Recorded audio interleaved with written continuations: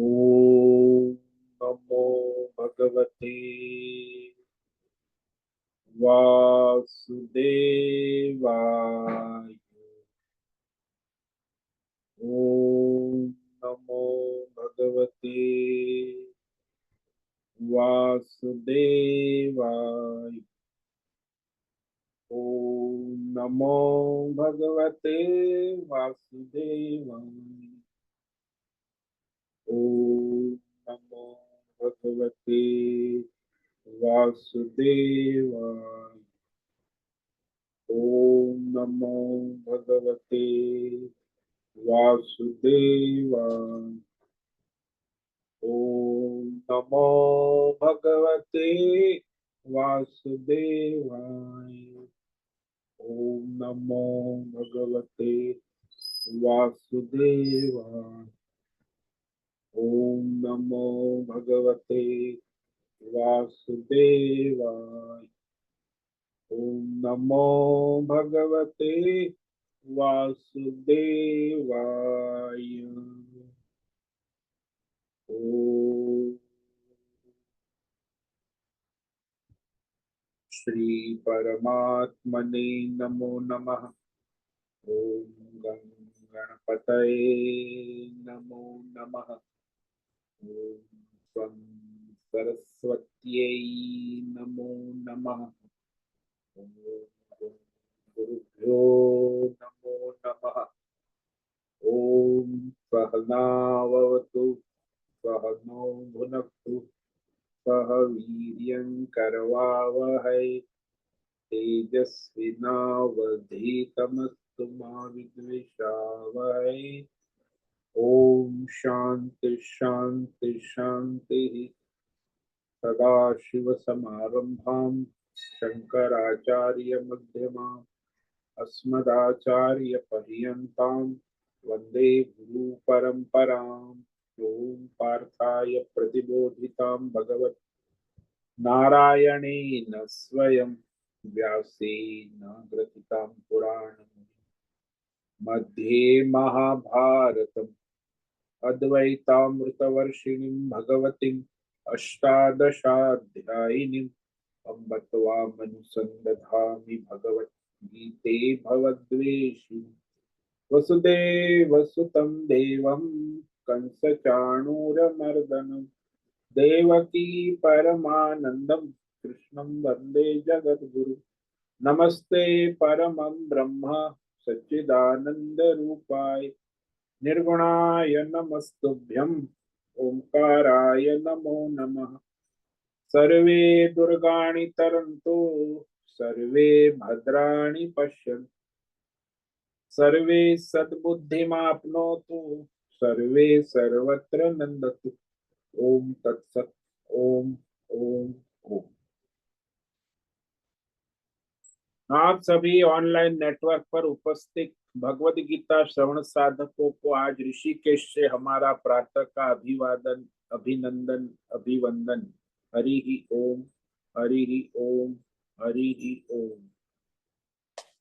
हम सबको आज का यह दिव्य दिन तन मन धन जन देश काल विषय वस्तु परिस्थिति अवस्थाएं व्यष्टि समष्टि अध्यात्म भौतिक दैविक क्षेत्र सभी को अपने अपने पूर्व में अनंत जन्मों में किए हुए संचित पाप पुण्य धर्म अधर्म मिश्र सकाम निष्काम कर्मों के पके हुए फल स्वरूप वर्तमान में आज सभी को अपने अपने प्रारब्ध अनुसार परमेश्वरी अचिंत्य योग माया के माध्यम से प्रसाद स्वरूप में प्राप्त हुआ है।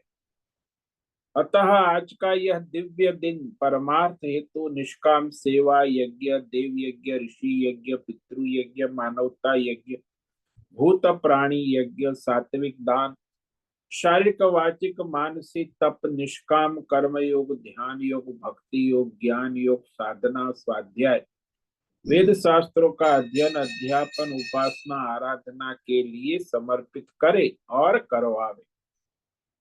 अत्यंत दुर्लभ मनुष्य जीवन को परमार्थ हेतु सार्थक करे और करवावे। आज विक्रम संवत 2082 वैशाख मास शुक्ल पक्ष की चतुर्दशी तिथि रात्रि 8:01 तक है। उसके बाद वैशाख पूर्णिमा लग जाती है। आज स्वाति नक्षत्र है। ये कल सुबह 6:16 तक है। और आज रविवार है। सूर्य देव की आराधना उपासना का दिन है। और ग्रीष्म ऋतु चल रही। यहाँ रात्रि का न्यूनतम तापमान 18 डिग्री रहा और दिन का अधिकतम तापमान 34 डिग्री रहा है। वायु की गति 10-15 किलोमीटर प्रति घंटा चल रही है। ईस्वी सन 2025 11 मई 11 मई 2025 सुबह के 6:50 होने जा रहे हैं। और आज अभी कलयुग चल रहा है। कलयुग का प्रथम चरण 5126वां वर्ष 7वां वैवस्वत मनवंतर श्वेत वराह कल्प ब्रह्मा जी का 26वां दिन और 51वां वर्ष अभी चल रहा है। तो ऐसे अनंत कोटि ब्रह्मा और ब्रह्मांडीय परमेश्वरी अचिंत्य योग माया में हमारा यह एक ब्रह्मांड। इस ब्रह्मांड में ये पृथ्वी लोक में समुद्र के ऊपर जम्बू द्वीप में विश्व का एकमात्र वैदिक राष्ट्र भारत में उत्तर हिमालय प्रांत में उत्तराखंड राज्य में टिहरी जिले में हिमालयन शिवालिक पर्वतमाला के अंतर्गत मणिकुट पर्वत के ऊपर नीलकंठ महादेव के सामने ऋषिकेश नगरी में मुनि की रेती प्रांत में शीशम जाड़ी अवधूतवाड़ा आश्रम के सी ब्लॉक के पहले माले से 5 नंबर कमरे से गंगा किनारे से हम स्वामी उत्तमानंद सरस्वती भगवद गीता के आचार्य शिष्य स्वामी चिन्मयानंद सरस्वती महाराज चिन्मय मिश्र कविल्याद्वैत वेद व्यास भगवदपाद शंकराचार्य की श्रृंगेरी संन्यास परंपरा से शिक्षित दीक्षित सनातन वैदिक भारतीय हिंदू धर्म अनुसार संपूर्ण भगवद गीता ज्ञान यज्ञ ऑनलाइन चैतन्यमय जीवन लाइव प्रसारण जूम एवं यूट्यूब के अंतर्गत व्याख्यान माला में अध्याय 12 श्लोक नंबर 1 से 4 तक सार दर्शन करेंगे। साप्ताहिक रायवारिक सत्संग दिव्य पवित्र सरल व्यावहारिक सटीक पूर्ण वर्ण अक्षर पद वाक्य पंक्ति श्लोक अध्यायों की संगति संधि अन्वय शब्दार्थ वाक्यार्थ भावार्थ रहस्यार्थ और तत्वार्थ के तात्पर्य सहित वैदिक शास्त्र वेद व्यास साहित्य शंकर भाष्य एवं परंपरागत 10 सन्यासी आचार्यों की टीका टिप्पणी सहित आज का यह व्याख्यान करेंगे। कृपया आप सभी श्रद्धा भक्ति ध्यान से परिपूर्ण होकर के यह दिव्य श्रवण साधना करें। इसमें से कुछ ग्रहण करे, कुछ धारण करे, कुछ अपने जीवन में चरितार्थ करे और उसमें निरंतरता लाए। अपनी अपनी आध्यात्मिक भौतिक दैवी अशांति द्वंद्व मोह विक्षेपों से रहित होकर के अधार्मिक अशास्त्रीय परंपरागत भ्रम भ्रांतियों से रहित होकर के अपने अपने शरीर इंद्रिय प्राण मन वचन कर्म और बुद्धि से एक रूप एकाग्र होकर के शुद्ध सात्विक सूक्ष्म भगवत विवेक बुद्धि करे। वेद शास्त्र एवं आचार्य परंपरा अनुसार विवेक करे और करवावे। पुनः पुनः इस व्याख्यान का श्रवण करे, मनन करे, चिंतन करे, लेखन करे, चर्चा विचारणा प्रचार प्रसार करे, लिंक भेजे, ग्रुप में शेयर करे, अपना और सबका परम कल्याण करे और करवावे। ओम तत्सत। ओम ओम ओम।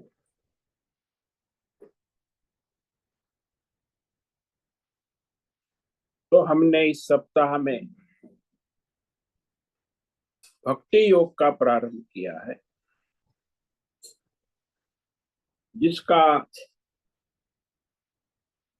प्रारंभ अर्जुन के प्रश्न से होता। अर्जुन ने जब 11वें अध्याय में अंतिम श्लोक में भगवान ने अनन्य भक्ति कही ना, उसे सुनने के बाद अर्जुन को प्रश्न हुआ, ये जो अनन्य भक्ति है या निष्काम योग कहो, बात एक ही है। और वह 5 साधन भगवान ने कहे, भक्ति योग, ज्ञान योग, कर्म योग, निष्काम। मत कर्म कुर्मत परमो मद भक्त संग वर्जित निर्वैर सर्वभूतेषु यः स मामेति पांडव। तो कौन भक्त परमात्मा को प्राप्त होता है? तो यहाँ कहते हैं 3 प्रवृत्ति साधन है और 2 में निवृत्ति करनी, कि हे अर्जुन, जो कोई अनन्य भक्त निष्काम योगी अपने संपूर्ण कर्तव्य कर्मों को मुझ परमात्मा के लिए ही करने वाला है, यानी उसका कोई भेद भ्रम नहीं है, कुछ अपने लिए, परिवार के लिए, समाज के लिए, जो भी करता है प्रारब्ध के अनुसार, नित्य कर्म, नैमित्तिक कर्म और जो भी प्रारब्ध है, स्वधर्म है, कर्तव्य है, व्यष्टि है, समष्टि कार्य है, उसका केवल ईश्वर की प्रसन्नता के लिए, ईश्वर के लिए ही करने वाला है।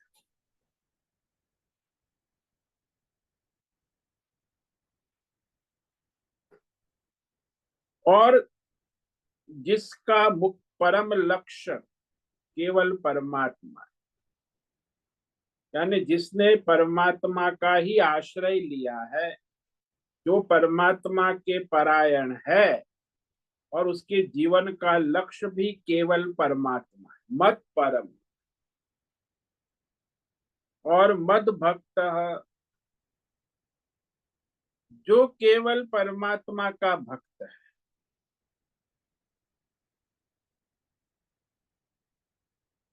उसके लिए परमात्मा के सिवा और कोई है ही। तो प्रार्थना भी करता है जो भक्त है कि हे परमात्मा, त्वमेव माता च पिता त्वमेव, त्वमेव बंधुश्च सखा त्वमेव, त्वमेव विद्या द्रविणम त्वमेव, त्वमेव सर्वम मम देव देव। ये भक्त के लक्षण है। मद भक्त कायेन वाचा मनसेन्द्रियैर्वा बुद्ध्यात्मना वा प्रकृते स्वभाव करोमि यद्यत् सकलम परस्मै नारायणायेति समर्पयामि। सो नारायण को समर्पित, उसी को भक्त कहते।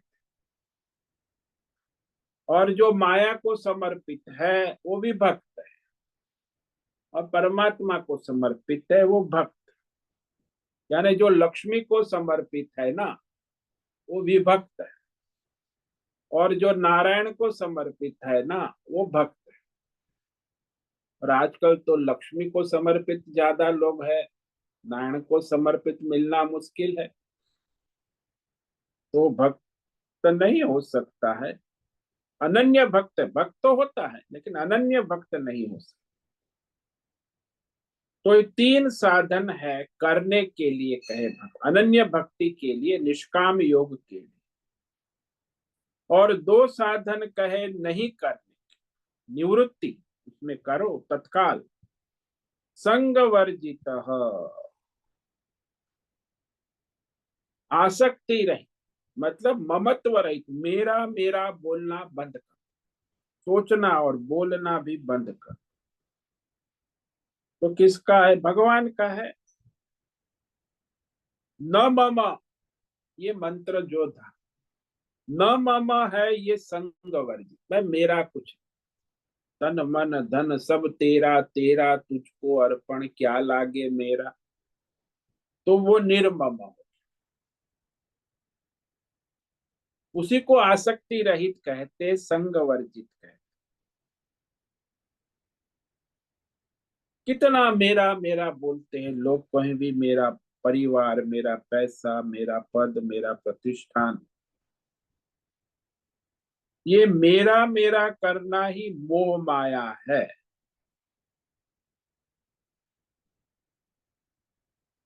हालांकि ये सब बाह्य विषयों में होता है ममत्व।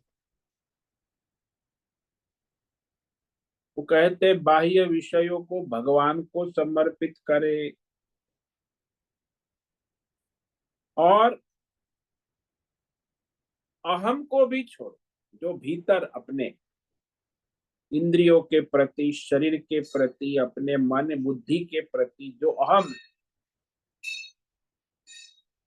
तो ये दोनों में यदि आसक्ति छूटती है, अहम और मम, तब आप अनन्य भक्ति कर सकते हैं। जब तक अहम और मम है तो अनन्य भक्ति नहीं हो सकती है। और पांचवा साधन जो कहा निवृत्ति, कि किसी के प्रति भी शत्रु भाव ना रखे, यानी अहिंसा व्रत का पालन, सर्वभूतेषु निर्वैर। संसार में सब भगवान की माया है, किसी के प्रति भी राग और द्वेष ना करे। राग और द्वेष रहित होकर अपना स्वधर्म करे। क्योंकि मनुष्य संसार में जिस फल के लिए कर्म करता है उसी फल को प्राप्त होता है। यदि परमात्मा के लिए कर्म करता है तो परमात्मा को प्राप्त होता है। और आजकल लोग लक्ष्मी के लिए कर्म करते हैं, लक्ष्मी को प्राप्त होते हैं। तो लक्ष्मी के भगत तो बहुत है, लेकिन नारायण के भगत मिलने मुश्किल है। तो इस तरह जो पांच साधन धारण करता है वो भक्त अनन्य, और वह परमात्मा को प्राप्त होता है। मामेति। ये सुनने के बाद अर्जुन के मन में प्रश्न उठा, और उसी के साथ 12वें अध्याय का प्रारंभ होता है। अर्जुन उवाच एवं सतत युक्ता ये भक्तास्त्वां पर्युपासते, ये चाप्यक्षरम अव्यक्तम तेषाम के योग वित्तमा। तो 12वां अध्याय है, इसका नाम ही भक्ति योग है। इसमें भक्ति का संपूर्ण स्वरूप प्रकट हो जाए।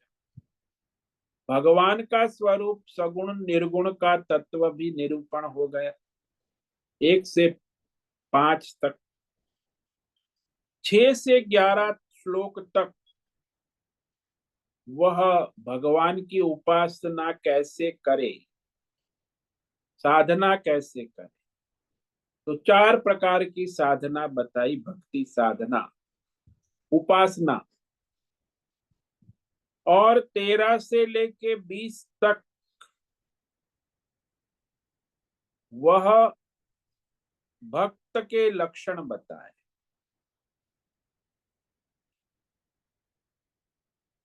यानी साध्य, भक्ति, भक्ति के लक्षण, भक्त के लक्षण, इसी में पूरा आ गया। साधन भी आ गई, साधना भी आ गई और साध्य। तो भक्त के लक्षण भी आ गए, साधना भी आ गई, भक्ति योग, और साध्य साकार निराकार परमेश्वर का तत्व भी इसमें आ गया। इसीलिए भक्ति योग अध्याय संपूर्ण भक्ति का सार है। अर्जुन ने प्रश्न पूछा,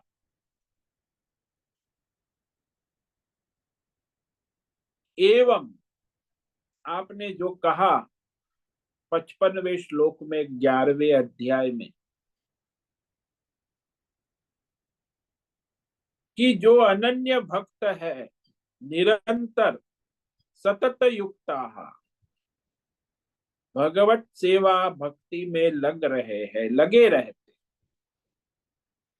और लगे रहकर ये सगुण विश्वरूप परमेश्वर की आराधना, क्योंकि विश्व रूप जो है वो सगुण है।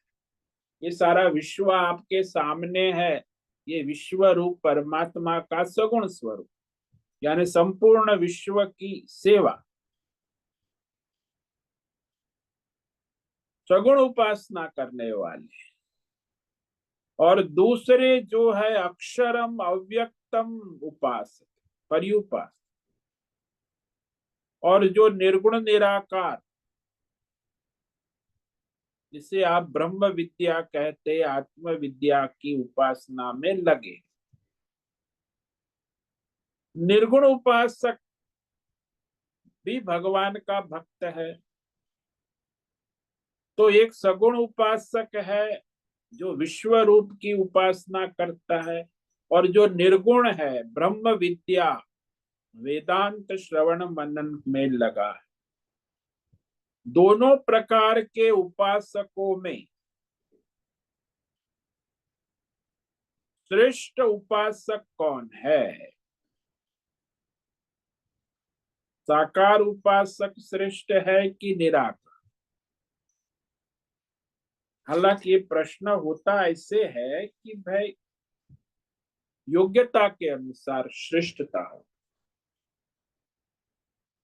सगुण का उपासक है, वो सगुण उपासना की योग्यता है, उसके लिए सगुण उपासना श्रेष्ठ है। और जो निर्गुण की उपासना रखता है, योग्य है, उसके लिए निर्गुण उपासना श्रेष्ठ। इसलिए भगवान बहुत ही सटीक उत्तर देते हैं। ऐसा नहीं कहा कि सगुण श्रेष्ठ है क्या निर्गुण श्रेष्ठ।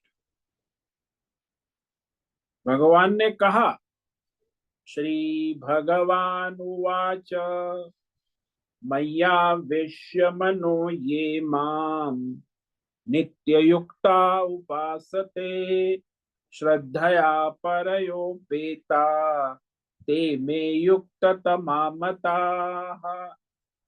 इस प्रकार जब अर्जुन ने प्रश्न पूछा तो भगवान बोले कि हे अर्जुन,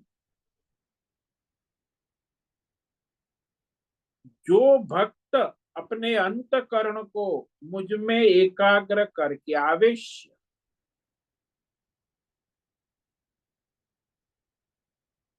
लगा करके, एकाग्र करके, नित्य युक्ता निरंतर मुझ परमात्मा के स्वरूप का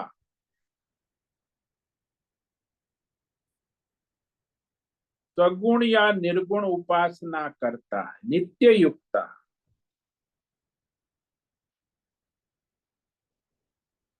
निरंतर भगवत स्मरण में, सेवा में, भक्ति में, ध्यान में, ज्ञान में लगे हुए, ये भक्त जन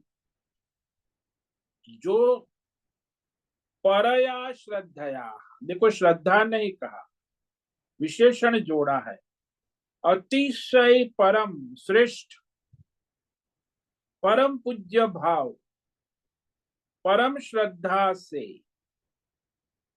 हालांकि श्रद्धा संसार में होती है, सात्विक श्रद्धा होती है, राजसी श्रद्धा होती है, तामसी श्रद्धा, लेकिन यहाँ परम श्रद्धा, परया श्रद्धया, भगवत में श्रद्धा,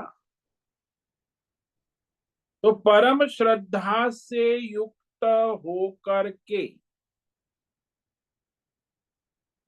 माम उपासते, चाहे मुझ परमात्मा को सगुण रूप में या निर्गुण रूप में उपासना करते हैं,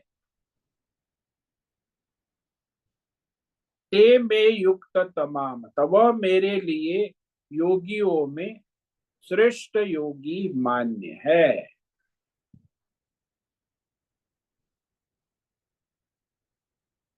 युक्त तमाह, सबसे बढ़कर मुझ में जुड़े हुए, मुझको स्वीकार कर चुके हैं, समर्पित कर चुके, उसके लिए परमात्मा के सिवा और कुछ है ही। युक्त तमा, निरंतर भगवान से जुड़े हैं। जैसे वो शिशु होता है, वो निरंतर अपनी माता से जुड़ा होता है, और माता भी निरंतर 24/7 शिशु से जुड़ी होती है। ऐसे ही भक्त भगवान का संबंध होता है, भक्त भगवान से जुड़े हैं और भगवान भी भक्त से निरंतर जुड़े रहते हैं।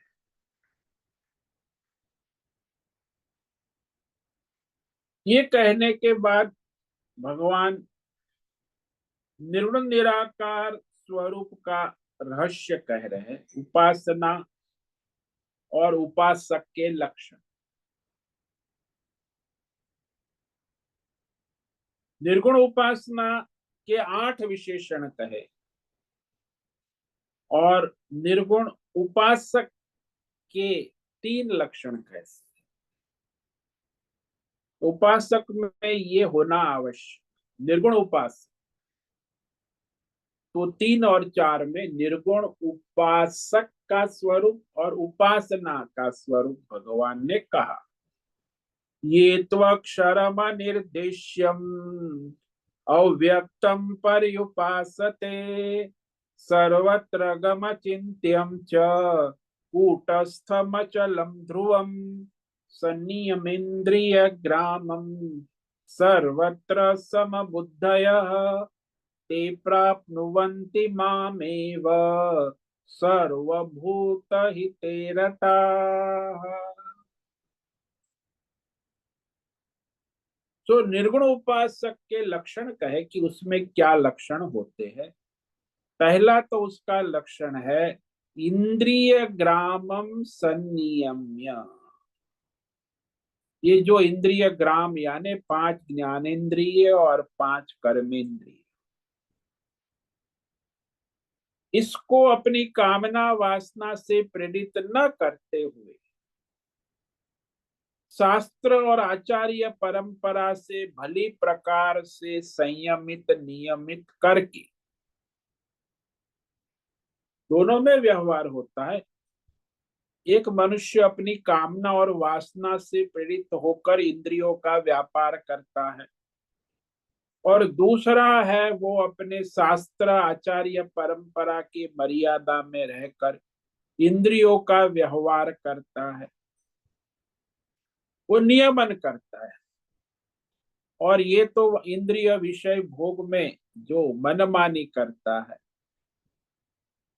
तो क्या उससे लिए तो आवश्यक है कि पहले इंद्रियों ग्राम को संयमन करे, शम दम अच्छी तरह। रोकने की बात नहीं है, नियमन कहा है, संनियम्य सम्यक नियमन करना है। भगवान कहीं इंद्रियों को रोकने की बात नहीं करते, वो हठ योग में होता है, अष्टांग योग में शम दम वहां। या भगवान इंद्रियों का नियमन्य कहते कि भाई आप शास्त्र परंपरा अनुसार अपनी इंद्रियों का नियमन करो, और नियमन करके वश में रखो भली प्रकार से। नियमन और संयमन आवश्यक। उसके द्वारा जो बहिर्मुख इंद्रिया है ना, उसे अंतर्मुख करना है। ये अंतर्मुखी होना आवश्यक है, क्योंकि अंतर्मुख होगा तो फिर निर्गुण उपासना कर पाएगा ना, बहिर्मुख होगा तो कैसे करेगा। फिर दूसरी बात कही भगवान ने, समबुद्धय, यानी सर्वत्र भगवत बुद्धि वाला, संसार के विषयों में विवेक वैराग्य संपन्न, वैराग्य भाव को, यानी समबुद्धय द्वंद्व रहित। कितने द्वंद्व चलते हैं, द्वंद्व रहित बुद्धि को समबुद्धि कर, जो भगवत भाव बना रहता है। वैराग्य द्वंद्व रहित ही वैराग्य, जब राग द्वेष रहित है तो वैराग्य है, और राग द्वेष है तो राग द्वेष में डूबे हैं। इसीलिए बुद्धि राग द्वेष से रहित होना, द्वंद्व रहित होना, इसी को समबुद्धि कहते, भगवत बुद्धि कहते। और तीसरी बात कही, सर्वभूत हितेरता, संपूर्ण चींटी से लेके ब्रह्मा विष्णु महेश सभी के हित में रत, यानी अहिंसा व्रत का पालन करने वाले, ये निर्गुण उपासक इस प्रकार की उपासना करते हैं, तो इसकी ये योग्यता है। यदि ये तीन साधन है तो निर्गुण उपासना, अब जो भगवान 8 विशेषण है उसका चिंतन मनन कर सकते हैं। तो निर्गुण तत्व क्या है भगवान का, वो कहा अचिंत्यम, जो मन बुद्धि के द्वारा विचारणीय नहीं है, केवल वेद शास्त्र आचार्य परंपरा के द्वारा चिंतनीय, मानवीय मन बुद्धि का विषय नहीं है निर्गुण तत्व। और वह सर्वत्र गम, सर्वव्यापी तत्व है, निर्गुण निराकार परमेश्वर।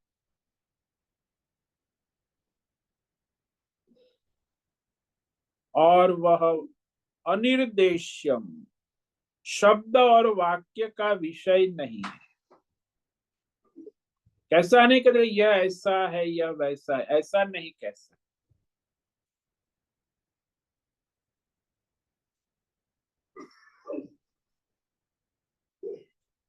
कूटस्थ, सदा एक रूप एक रस, जिसमें कोई विकार नहीं हो। जैसे आभूषणों में सुवर्ण कूटस्थ है, मिट्टी के खिलौनों में मिट्टी कूटस्थ है, कोई परिवर्तन विकार मिट्टी में नहीं आता, खिलौने में आता है, आभूषण में आता है, लेकिन सुवर्ण में कोई विकार नहीं आता है।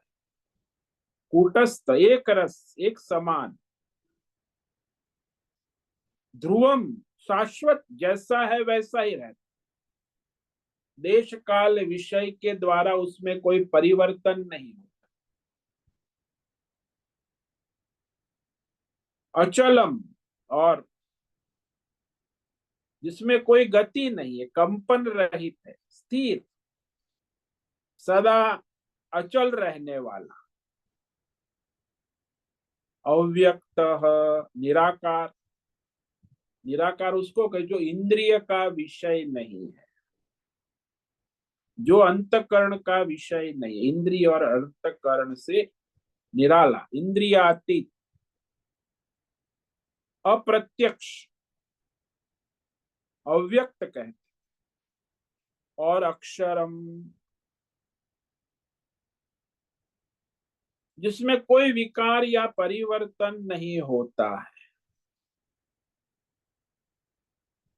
तो ये 8 विशेषण जो दिए, इसी का चिंतन मनन श्रवण करने वाला पर्युपास निरंतर निर्गुण उपासना करते हुए परमात्मा को भजते हैं, तो निर्गुण उपासक कहे जाते हैं।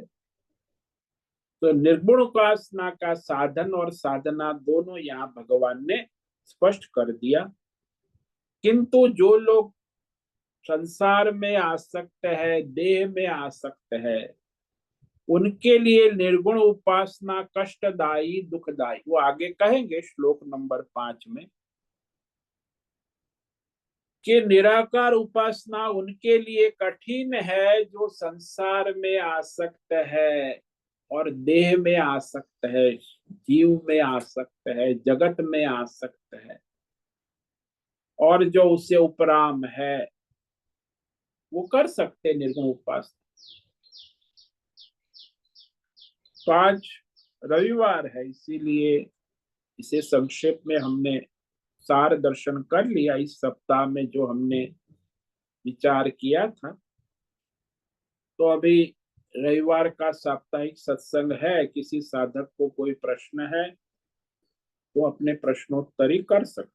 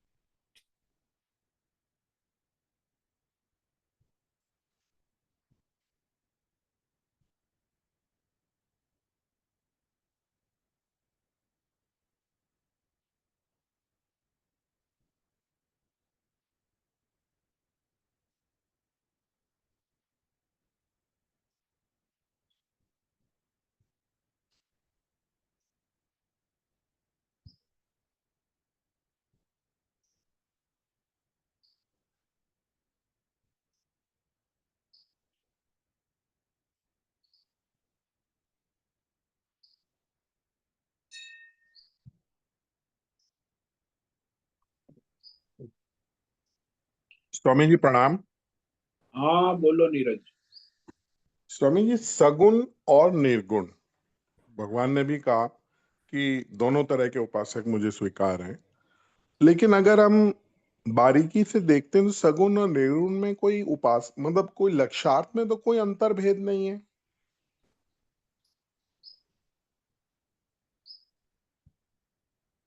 गुण और निर्गुण दोनों में योग। कोई अंतर भेद तो है नहीं। साधना के मार्ग में अंतर भेद है, लेकिन साध्य की प्राप्ति में तो कोई अंतर भेद नहीं है, या साध्य की प्राप्ति में भी अंतर भेद हो जाता है। देखो नीरज, बात ऐसी है कि साध्य तो सबका एक ही है, परमेश्वर परमात्मा। हम्म। लेकिन वहां योग्यता के अनुसार पहले सगुण अधिकारी होगा, तभी जाके निर्गुण का उपासना की योग्यता प्राप्त कर। इसमें सगुण से डायरेक्ट जो लोग कहते हैं परमात्मा प्राप्त हो जाता, ये बात नहीं। और परमात्मा निर्गुण ही है और निर्गुण ही उसका लक्ष्य है। इसलिए यहाँ ये विवेक करना आवश्यक है कि क्रम है उसका। तो आज रविवार है। आज है। चलो बाद में देखता हूँ, फिर मुझे पता नहीं आज है।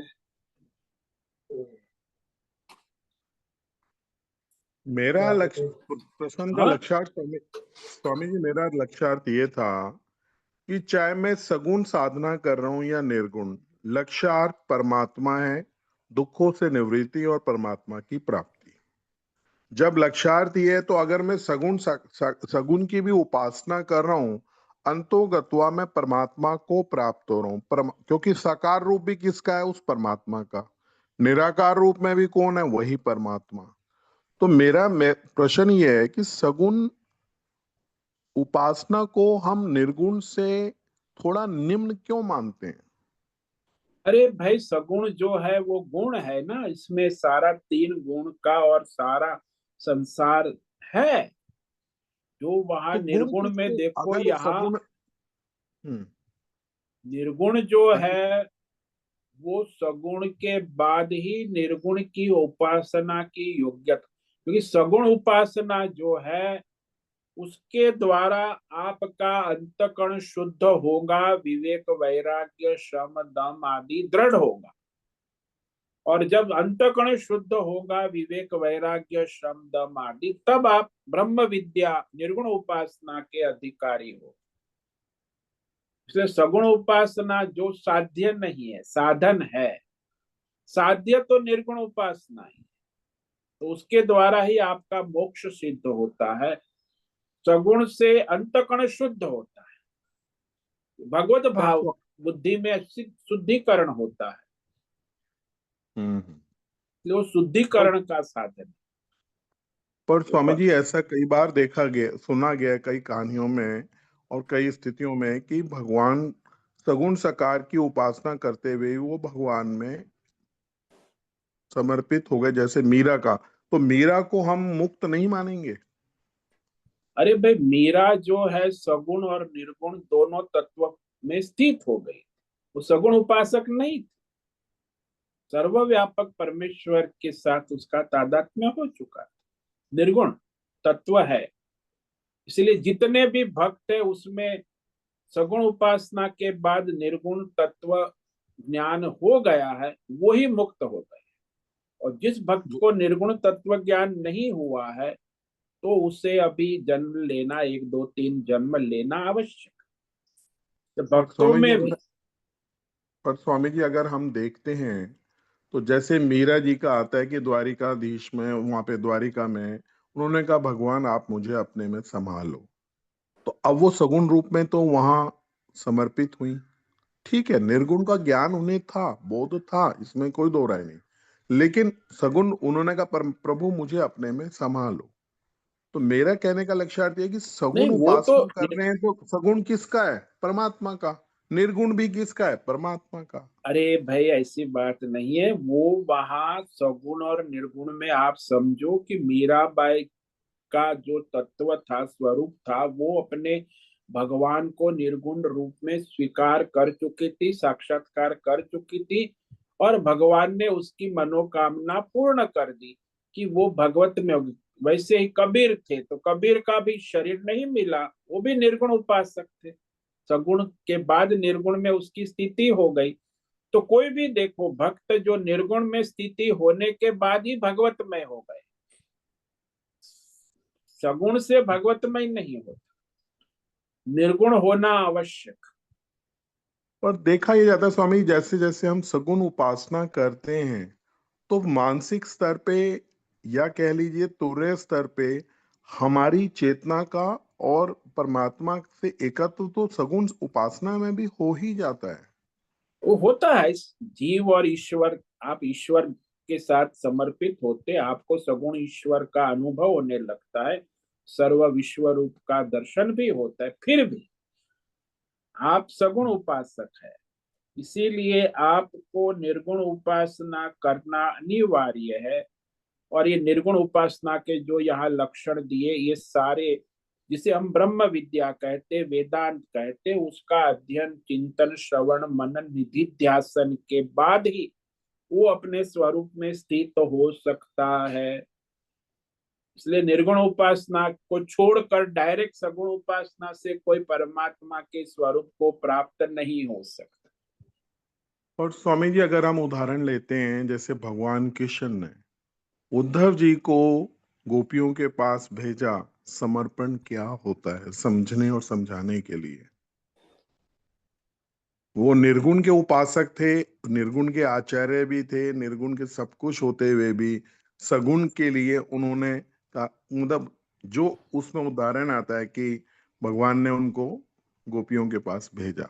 मेरा कहने का लक्ष्यार्थ ये कि ठीक है, निर्गुण निराकार की जो साधना है वो परमात्मा से एक करती है, लेकिन सगुण सकार में भी उतना ही बल है जितना निर्गुण निराकार में बल है। नहीं नहीं नहीं नहीं, ये संभव नहीं। आप, ये गलत फहमी है आपको। सगुण हम्म। जो है साधन है, साध्य नहीं। सगुण उपासना के द्वारा आपके अंदर ईश्वर भाव आता है, भक्ति भाव आता है, अनन्य भाव है, भगवान के साथ आपका तादात्म्य होता है, लेकिन आप भगवत स्वरूप नहीं हो। देखो कोई भी भक्त ले लो इस सारी दुनिया के, वो हमेशा कहेंगे मैं जीव हूं और वो ईश्वर है। ईश्वर और जीव का भेद उस उपासना में, सगुण उपासना में रहेगा। एकत्व वहां होने की संभावना नहीं, उससे ब्रह्म विद्या के द्वारा ही एकत्व। जीव और ईश्वर का एकत्व केवल वेदांती स्वीकार करते हैं। कोई भी दुनिया का भक्त ले लो, आज जितने भी द्वैतवादी है, ईश्वर के भक्त है, मंदिर चल रहे लाखों करोड़, भगत भी करोड़ों है, कोई नहीं स्वीकार करेगा मैं जीव हूं वो ईश्वर है। जीव और परमेश्वर का एकत्व ब्रह्म विद्या से, निर्गुण उपासना से ही संभव है। ये भक्ति योग के माध्यम से उसका अंतःकरण शुद्ध होता है, बुद्धि भगवतमय होती है। वो बहुत ही अच्छी बात, जब उसकी बुद्धि शुद्ध होती है, भगवतमय होती है, तो ब्रह्म विद्या का अधिकारी हो जाता है। तभी वो जीवात्मा और परमात्मा के एकत्व का ज्ञान होने की संभावना है, अन्यथा संभव नहीं। इसलिए जितना भी दुनिया में है संप्रदाय, जो लोग भक्तिवादी है, इस्लाम है, ईसाई है, जैन है, बौद्ध है, हमारे भी 99% वही है जो द्वैतवादी है, भक्ति की बात करते, मैं जीव और ईश्वर। उनका जीव और ईश्वर परमेश्वर में एकत्व होता नहीं है, वो उसका द्वंद्व बना ही रहता है, इसीलिए उपासना करते रहते हैं। बात यह है कि उपासना करते करते जब उनका अंतःकरण शुद्ध हो जाए, हमारे एक मधुसूदन सरस्वती आचार्य, वो द्वैत हम्म। उपासना वाले थे, और हम्म। उन्होंने बहुत भक्ति योग में द्वैत के आचार्य थे, लेकिन बाद में उन्होंने उस द्वैत भक्ति को छोड़ के अद्वैत वेदांत, श्रवण मनन निधि ध्यासन के द्वारा अपने परम सिद्धि को प्राप्त किया। उन्होंने व्याख्या भी लिखी गीता पर, शंकराचार्य परंपरा में। तो पहले वो द्वैतवादी थे, भक्त थे, और बाद में वो निर्गुण भक्त हो गए, अनन्य। तो ये उपासना के द्वारा तब उनका जो है पूर्णता की सिद्धि हुई, मुक्ति तब। इसीलिए कोई भी द्वैतवादी होता है वही भक्त होता है। भक्ति में अद्वैत एकत्व नहीं होता है, ये नियम पक्का समझ लो। वो हमेशा कहेगा मैं जीव हूं और वो ईश्वर है, परमेश्वर है। उसकी और मेरी एकता कैसे हो सकती? एकता इसी निर्गुण उपासना ज्ञान योग से ही हो सकती है। तो जीवात्मा और परमात्मा का भेद जब तक है तब तक भक्ति योग है। और वो अच्छा है कि आप जीवात्मा भाव से परमात्मा को समर्पित होके आपकी बुद्धि परमात्मा में हो रही है, यानी आपके अंदर मुमुक्षा उत्पन्न हो रही है, आपके अंदर विवेक उत्पन्न हो रहा है, आपके अंदर वैराग्य उत्पन्न हो रहा है। आप भगवान को समर शम दम सारा साधन चतुष्टय बन रहे हो। भक्ति ये करती है। और साधन चतुष्टय होने के बाद फिर भक्ति का कोई प्रयोजन नहीं है। फिर तो वेदांत श्रवण मनन निधि ध्यासन से वो अपने निर्गुण उपासना ही उसको भगवान एकत्व सिद्ध करते। तो ये मुख्य बात है। गीता में भी ये भगवान ने क्रम लिया है, पहले कर्म योग, फिर भक्ति योग, और अब 13वें अध्याय से 18वें अध्याय ज्ञान योग अनिवार्य है। आप बिना ज्ञान योग के भक्ति योग से वही परमात्मा को प्राप्त होगा ये बात नहीं। भक्त संप्रदाय में एक वो कहते वैकुंठ में गए, भगवान को प्राप्त हुआ, धाम को प्राप्त हुए, लेकिन भगवत स्वरूप को प्राप्त हुए ऐसा नहीं। तो उसमें द्वंद्व और भेद बना रहेगा। यहाँ तो एकत्व है ना। वो एकत्व सिद्ध के लिए निर्गुण उपासना के सिवा और कोई रास्ता नहीं।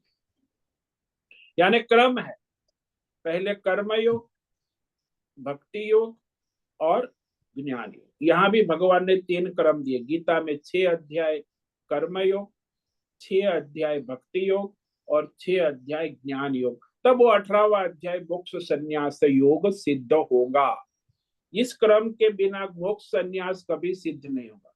कई लोग कर्मयोगी भी कहते, कर्म से भी भगवत प्राप्ति हो जाती। आजकल तो अनेक हजारों लाखों विचारधाराएं व्यक्तिगत चल रही है। सनातन धर्म में कर्म से, कोई ध्यान से, कोई भक्ति से, तो ये तो चलती रहेंगी व्यक्तिगत। लेकिन कोई परंपरा जो शास्त्र के अनुसार आचार्य परंपरा से वही उचित है। बाकी व्यक्तिगत विचारधाराएं बदलती रहती, व्यक्ति आती रहते, कोई बुद्धिजीवी, तो उनका व्यक्तित्व लोगों को प्रभावित करता है, लेकिन वो कोई प्रमाण नहीं होता।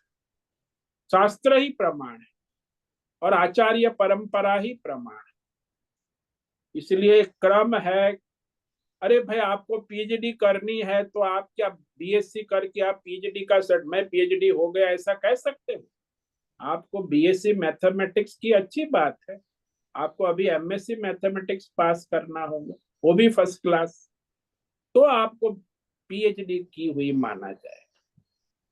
ऐसे ही सगुण के बिना निर्गुण सिद्ध नहीं होता। डायरेक्ट सगुण से ही निर्गुण सिद्ध नहीं हो, वो साधन है। श्रवण मन निधिध्यासन के बिना जीव का मोक्ष हमारे वेद शास्त्रों में संभव नहीं है। इसीलिए वेदांत श्रवण मन, जो लोग अधिकारी नहीं है, अभी भक्त है, कर्मयोगी है, गृहस्थी है, फिर भी वो लोग वेदांत श्रवण करते, उनको ज्ञान तो नहीं होगा लेकिन उसका अंतःकरण शुद्ध होगा। कर्मयोगी का भी अंतःकरण शुद्ध होगा और भक्ति योगी का भी अंतःकरण शुद्ध होगा। तो ये सब अंतःकरण शुद्धि, जब तक आप साधन चतुष्टय संपन्न नहीं होंगे तब तक आपको निर्गुण तत्व में स्थिति नहीं बनेगी। इसीलिए मुख्य बात ये हुई कि सारी साधना जो है वो आपको साधन चतुष्टय संपन्न विवेक, वैराग्य, शम दम आदि षड संपत्ति और मुमुक्षा 100% होनी आवश्यक। यदि है तो बस आपकी सारी कर्म योग, ध्यान योग, साधना पूरी हो गई। बस आपके लिए अब वेदांत श्रवण मनन निर्गुण उपासना है, और कुछ आप सन्यासी है, और कुछ कर्तव्य रहता नहीं है, साधना। जी स्वामी जी, बिल्कुल स्पष्ट हुआ। लेकिन क्योंकि ये भक्ति योग का अध्याय चल रहा था तो एक थोड़ा सा संशय और था। जैसे मेरे को ऐसा लगता है कि जो ज्ञान योग में हम बढ़ते हैं अगर हमारा भक्ति योग पूर्णतः संपूर्ण नहीं हो पाता तो आगे तो हम बढ़ जाते हैं, लेकिन मैंने देखा है कि ज्यादातर साधक फिर पीछे आता है। जैसे पूरी सृष्टि के अंदर रोम रोम में रमा हुआ कौन है? वही परमात्मा। अगर मेरे मेरे एक एक कण में, मेरी सोच में, मेरे विचार में परमात्मा की सगुण उपासना मजबूत होगी, जैसे हनुमान जी का आता है, उनका एक ही कार्य है, एक ही उनके पास कर्म है, राम में रमे रहना।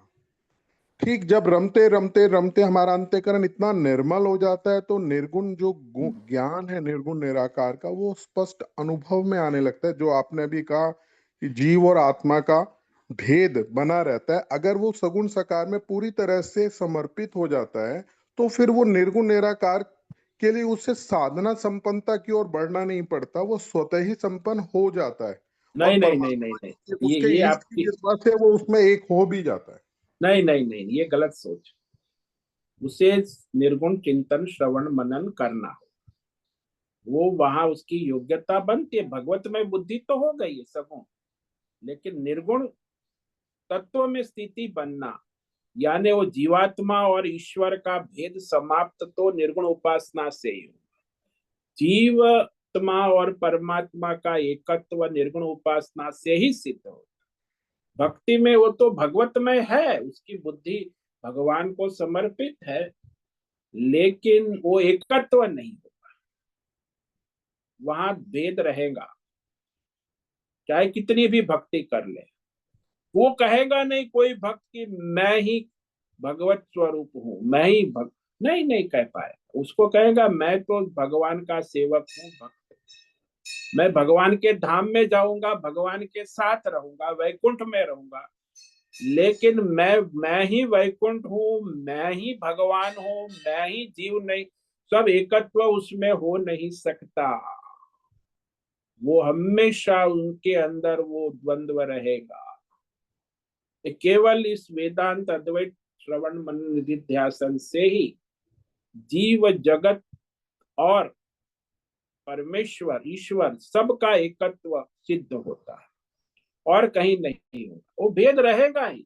कई जीव में, सामान्य लोगों को जीव जगत में भेद है, कई लोगों को देवी देवताओं में भेद रहेगा। ये भक्त को अपना जीव जगत का तो भेद नहीं रहता है, भक्त को ये मैं जीव हूँ वो ईश्वर है, तो जीव ईश्वर का भेद बना रहता है।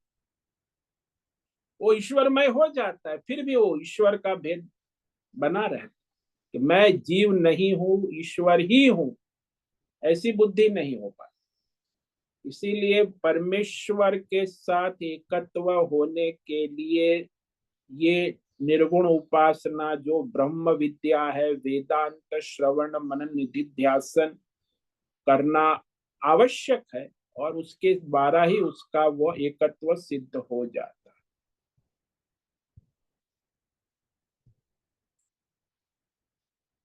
जी स्वामी जी, नमो नारायण। स्पष्ट हुआ, काफी हद तक बहुत अच्छा स्पष्ट हुआ।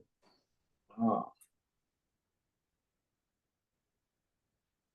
नमस्कार स्वामी जी। हाँ, जीवी कुमार बोलिए। इसी के संबंध में मेरे ख्याल से ये दोनों वाटर टाइट नहीं है। मेरे ख्याल से एक एवोल्यूशन होता है आदमी का स्पिरिचुअल जर्नी में, कि पहले वो सगुण उपासना करते रहता है और धीरे धीरे उसको निर्गुण तत्व वगैरह का ज्ञान भी हो जाता है और उसका उपासना भी शुरू कर देते हैं। सो एक किस्म का एक इवोल्यूशन होता है। ये कोई वाटर टाइट नहीं है कि यही इधर से उधर उधर से उधर, ऐसे नहीं है मेरे ख्याल से। हाँ, तो इवोल्यूशन ही है। आपकी भक्ति योग के बाद ही आप इवोल्यूशन में, जब आपकी योग्यता बनेगी, आप निर्गुण निराकार में आ जाएंगे। नेचुरल है। आप एमएससी फर्स्ट क्लास पास करेंगे गणित का, तो आपको पीएचडी के लिए सब बुलाएंगे यूनिवर्सिटी वाले कि हमें आओ, यहाँ आओ पीएचडी करने। लेकिन जब आप यहाँ आपका बीएससी भी पास नहीं हो रहा है, कोई आपको नहीं बुलाएगा। यानी मेरा कहने का मतलब है, ये हमें इसका पता भी नहीं लगता है कि हम कब हम इवॉल्व करके आगे बढ़ रहे हैं करके। कि सो इनिशियली हम सगुन योग या कर रहे हैं, और उसके बाद अपने आप धीरे धीरे हम खुद ही इवॉल्व होके निर्गुण वासना शुरू कर हाँ, रहे हैं। वो तो नेचुरल प्रोसेस। यदि आपका मेच्योरिटी आ गई सगुण उपासना की, तो आप निर्गुण में नेचुरली आ जाते हैं। उसमें कोई नेचुरल प्रोसेस है। आप सगुण से निर्गुण की और आपकी गति सहज हो जाती। सही। ओम नमो नारायण स्वामी जी। ओम नमो नारायण। हाँ, आइए।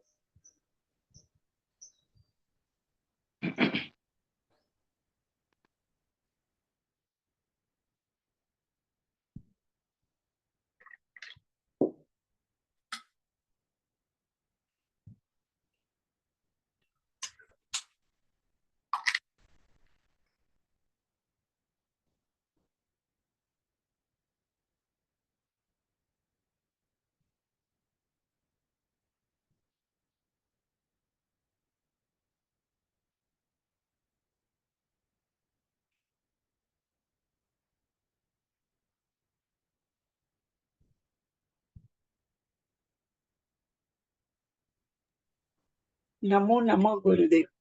हाँ, बोलो नैना बेन। गुरुदेव, ये सब चर्चा से डिस्कस से ये होता है कि हमें हमारे ऊपर ही ध्यान रखना है कि हमें मोक्ष प्राप्त करना है या भक्ति करना है या सगुण बनना है, क्या करना है वो खुद ही तय करके आगे बढ़ना है। हाँ, आपके प्रारब्ध के अनुसार आपको तय करना होगा वर्तमान आपकी स्थिति क्या है। हाँ, वर्तमान परिस्थिति और अपना भाव हाँ, आपकी बुद्धि, आपका प्रारब्ध, आपकी कहाँ लगन है, तो अपने प्रारब्ध के अनुसार, अपनी योग्यता के अनुसार आपको साधन करना है। तो वो आपका योग्यता के अनुसार जो साधना करोगे वो मुख्य होगा, और बाकी भी सब करते सकते हो, लेकिन वो गौण हो जाते। मानो कि आप जो है भक्ति योग के अधिकारी है, तो आप भक्ति योग में लगे रहे, लेकिन आप कर्म योग है, ध्यान योग है, ज्ञान योग है, वो भी आप करते रहे, उसमें कोई परेशानी की बात नहीं, वो गौण है। आधा घंटा आपने ध्यान कर लिया, लेकिन आपका प्राधान्य जो है वो भक्ति योग, ज्ञान योग श्रवण कर लिया, कोई बात नहीं, आपको रुचि है, अच्छा लगता है, करो, लेकिन उसका प्राधान्य नहीं, वो गौण हो जाता है।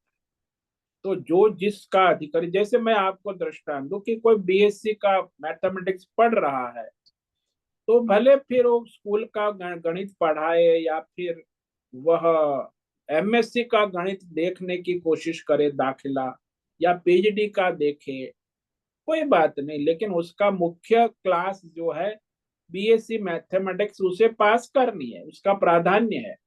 बाकी गणित के बारे में चाहे किसी भी पुस्तक को पढ़े, दाखला सॉल्व करे, लेकिन वो सब गौण है। केवल उसका जो बीएससी के दाखले पढ़ना है उसका प्राधान्य, बीएससी गणित उसके लिए प्राधान्य है। बाकी सारे क्लास के गणित वो पढ़ सकता है, पढ़ा सकता है, लेकिन वो सब गौण है, उसका प्राधान्य नहीं। वो उसका जीवन नहीं है, उसका जीवन पीएचडी पास करना है। पास करना उसका लक्ष्य है, जीवन नहीं। पर पीएचडी पास, हमारा जीवन बन जाता है ना, हम जब भक्ति योग में जाते हैं तो जाना का है, पर भक्ति पकड़ के रखो, धीरे धीरे आगे बढ़ेंगे। हम भक्ति करो, लेकिन साथ में आप ये भी करते हो तो कोई दिक्कत नहीं है, वो गौण है, प्राधान्य भक्ति का है। और हमें हमारी परीक्षा करनी है कि हम हर कदम पे क्या करते हैं। हाँ, आपकी क्या योग्यता है, आप क्या प्रगति हो रही है, वो आप जानो।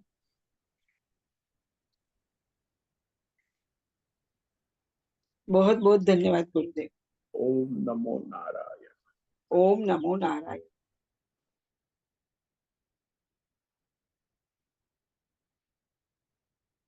ठीक है, आज उपस्थित है प्रकाश आनंद दोसा, होस्ट है नैना पुरोहित, राय बहादुर, अनुराधा जेठे, आशा कोटक, भद्रेश पड़िया, बीना चितलिया, जीवी कुमार, जयंती पांडा, करुणा कोहली, नीरज, पंकज भट्ट, पृथ्वीराज मालव, राम सेवक यादव, उषा मेनन। तो आज का दिन सबको मंगलमय हो, परमार्थ करे। अपनी योग्यता के अनुसार अपनी साधना करें। सभी साधकों को ओम नमो नारायणाय। सबको ओम नमो नारायणाय। ओम नमो ओम नमो नारायण। मुझसे निवेदन है आज का सत्संग पूर्ण करें। ओम नमो नारायण। आज का दिव्य सत्संग हम यही पूर्ण करते हैं। सभी साधकों को ओम नमो नारायणाय।